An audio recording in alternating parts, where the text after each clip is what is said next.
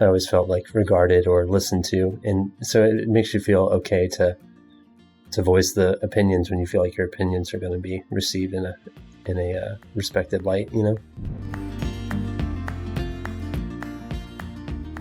One of the things I think that you do really well as an external consultant is kind of hold the line on the brand for us, right? So, you know, you've done a really good job at learning our brand and how we want to sound and how we want to come across. And one of the things I'm always impressed with and would love to kind of hear more about how you think about it, because I always wonder, is you'll be the loudest voice in the room sometimes saying, hey, no, that doesn't meet your brand standard. We can't put that content out. Or, hey, we have to do it this way. Or you really need to do a different take because you said it well, but you could have said it better if you did this. Like, remember you said this other thing on the other podcast. How do you do a really exceptional job at kind of keeping us on message and keeping us on brand.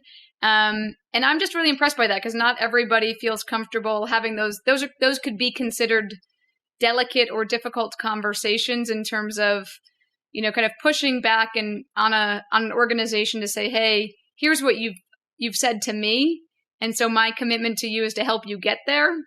Not everybody does that. So I'd love to hear like how you balance that and how you, to Mike's point, how you kind of make yourself a part of the team where you can give that feedback in a really constructive way and kind of help everybody get better. Oh, cool. Well, thank you for thinking that that's something I'm good at.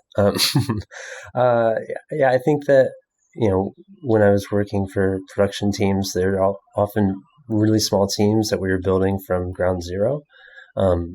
So there'd be, you know, 3 or 4 people max that were like all working together, wearing a bunch of different hats and communicating to try to come up with, you know, whatever the final product would be. So I feel like you have to get comfortable with like being forward with what you think would be good, the best choice, or putting your ideas out there and being receptive to them being like accepted or not accepted, but at least putting them out there and like putting your 2 cents in a friendly way, I guess. So yeah, I mean, I think I just got really comfortable with voicing my concerns, and I think earlier on, coming from like a musical background, always having like this history with audio stuff, I feel like I was always somewhat regarded as an audio person kind of early on. So I always kind of felt empowered to have an opinion on that. And I always felt like regarded or listened to. And so it makes you feel okay to voice the opinions when you feel like your opinions are going to be received in a respected light, you know?